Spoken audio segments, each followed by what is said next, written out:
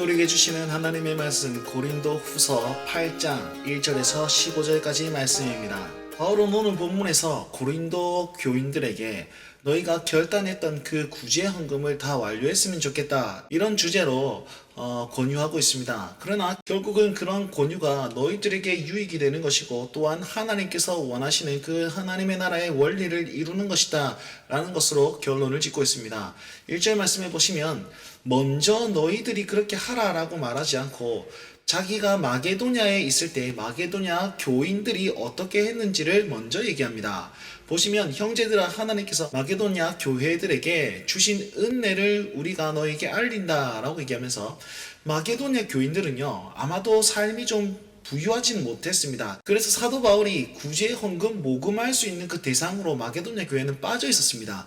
그런데 마게도냐에 거주하면서 자기가 복음을 전하고 또한 그런 일들을 행하는 것을 그 교인들이 보았습니다. 그랬더니 4절 말씀을 보니까 이 은혜와 성도의 섬기는 일에 참여함에 대하여 우리에게 간절히 구하였다.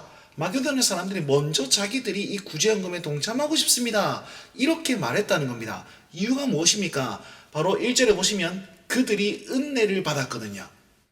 은혜를 받으니까 2절 말씀에 환난의 많은 시련 가운데서도 그들은 넘치는 기쁨을 얻었어요. 환난 중에 기쁨을 얻었습니다. 그 기쁨은 극심한 가난에서 풍성한 연보를 넘치도록 할 수 있도록 하는 행동으로 이끌어 왔다는 거죠. 잘 보십시오. 은혜가 기쁨을 주었고, 기쁨이 현실을 넘어선 넘치도록 하는 그런 행동으로 이끌었다라는 것으로 말씀하고 있습니다. 마게도냐 교인들은 이 은혜가 너무 좋아가지고 감격하여가지고 힘에 지나도록 자원하는 마음으로 드렸다라고 하고 있습니다. 오늘 본문의 핵심 키워드는 은혜입니다. 이 은혜는 자원하는 마음을 가지게 하고 또한 기뻐하며 나아갈 수 있도록 만들어주는 것이 바로 은혜입니다. 그래서 사도 바울은 이 마게도냐 교인들의 이 은혜와 섬김들을 딱 얘기를 하면서 6절 말씀에 디도를 보내니까 너희가 디도를 통해서 너희에게도 받은 그 은혜를 그대로 성취하였으면 좋겠다, 이렇게 말씀하고 있습니다. 7절은요, 뭔가 이 은혜에 대해서 구체적으로 설명을 하는데, 은혜에 대한 충고로 뭐라고 그러냐면 너희는 뭐뭐 한 것 같이 라고 얘기를 하고 있습니다. 그리고 그 은혜에 대한 증거들이 무엇입니까? 바로 믿음과 말과 지식과 모든 간절함. 이 간절함은 모든 열심이라고 번역할 수 있습니다. 잘 보시면 믿음과 말과 지식은 고린도 교회에서 신앙을 가졌다라고 하는 사람들이 이것 세 개로 말미암아서 분란을 일으켰단 말이에요. 자, 모든 믿음, 야, 너는 누구를 믿냐? 나는 아볼로를 믿는다. 나는 예수를 믿는다. 나는 바울을 믿는다. 이것 때문에 힘겨웠다는 것이고, 방언에 대한 부분, 나는 그냥 말을 한다. 나는 방언한다. 이렇게 얘기한 것이고, 지식도 마찬가지예요. 여기서 말하는 지식과 저기서 말하는 지식과 하나님을 향한 그 지식들이 내가 맞다. 신앙을 가진 사람들이 자기가 가치 있는 것을 다 내세움으로 말미암아서 분란이 되었던 것이 요거였단 말입니다. 그래서 사도 바울은 요거를 딱딱딱 얘기를 하면서 모든 열심이 있은 것 같이 이렇게 얘기합니다. 너희가 그것 가지고 왈가왈부할 게 아니고 너희 모든 열심이 있으면 구제하는 것으로 증명해내라. 이 은혜에도 풍성하게 하여라 라고 말하면서 그들의 구제에 대한 행동을 촉구하고 있습니다. 8절 이후에는 이렇게 말하면 너에게 명령하는 것이 아니고 충고하는 것이다. 그런데 이 충고가 너에게 유익이 될 것이다 라고 얘기하면서 거기에 대한 신학적인 근거를 드러내면서 그들의 마음을 일으키고 있습니다. 잘 보시면 너희에게 이것을 말하면 명령이 아니라 너희의 사랑의 진정성을 증명해낼 수 있는 것이다, 이렇게 얘기를 하면서 나는 충고하는 것이다, 이렇게 말합니다. 그러면서 9절에는 너희가 이 은혜를 알지 않냐, 그 은혜는 무엇이냐면 예수 그리스도께서 너희를 위해서 가난하게 되었고 또한 그의 가난함으로 말미암아 우리가 부하게 되었던 그 은혜를 너희들이 경험했지 않습니까? 마게도냐 교인들이 했던 것처럼 진짜 자원하는 마음으로 자발적으로 그렇게 행동하십시오. 이 내용을 은혜를 강조하면서 얘기하고 있습니다. 10절 말씀해 보시면 이 일에 관하여 나의 뜻을 알리노니 이 일은 너희에게 유익함이라. 자, 이 일은 무엇일까요? 구제하는 그 일일까요? 아니면 사도 바울이 지금 충고하는 그 일일까요? 후자가 더 가깝다고 생각합니다. 왜냐하면 이 일을 충고하는 것은 너희들이 지금 행하지는 않지만 너희가 원함이 있음을 내가 안다, 그래서 내가 충고함으로 너희의 원함을 부추기고 마음을 일으키려 하는 것이 너희에게 유익이 된다. 그 이유가 무엇이냐면 12절에 하나님은 마음을 받으시는 분이시기 때문이다. 이렇게 얘기합니다. 12절을 주목하십시오.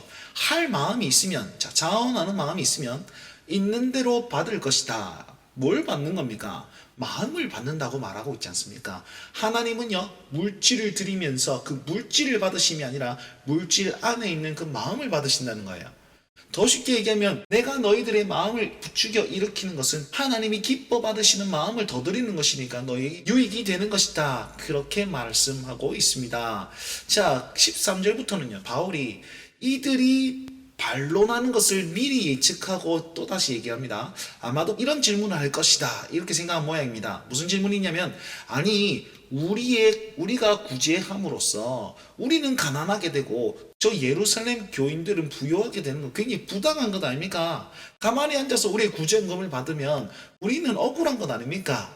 이런 질문을 할 것이다 라고 추측한 모양입니다. 그래서 사도 바울은 13절 이후로 뭐라고 하냐면 너희를 가난하게 하려 함이 아니라 균등하게 하는 것이다. 그걸 강조합니다. 15절 말씀에는요, 기록된 것 같이 이렇게 얘기하는데, 이 기록은 출애굽기 16장 18절 말씀이거든. 거기를 보면 많이 거둔 자도 남지 아니하고 적게 거둔 자도 모자라지 아니하게 할 것이다.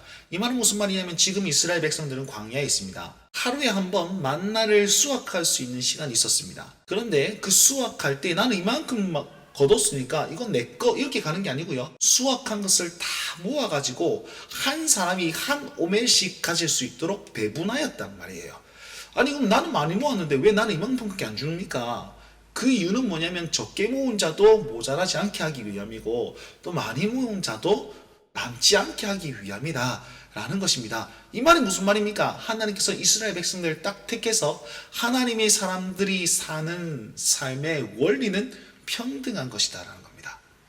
가난한 자도 없고 부한 자도 없는 그 평등한 나라를 하나님께서는 원한다 라는 사실을 이렇게 표현한 것이죠.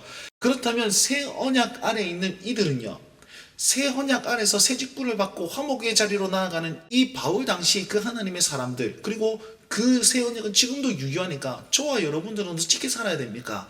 마찬가지로 하나님께서는 내게 부함을 준 이유는 가난한 자를 도려보게 하기 위함, 그 평등함을 유지하기 위해서 우리에게 이 재물을 주셨구나. 그러면 우리는 무엇 해야 됩니까? 나에게 값없이 주신 그 은혜를 기억하면서 기꺼이 즐거이 자원하는 마음으로 남을 섬겨야 되지 않을까요?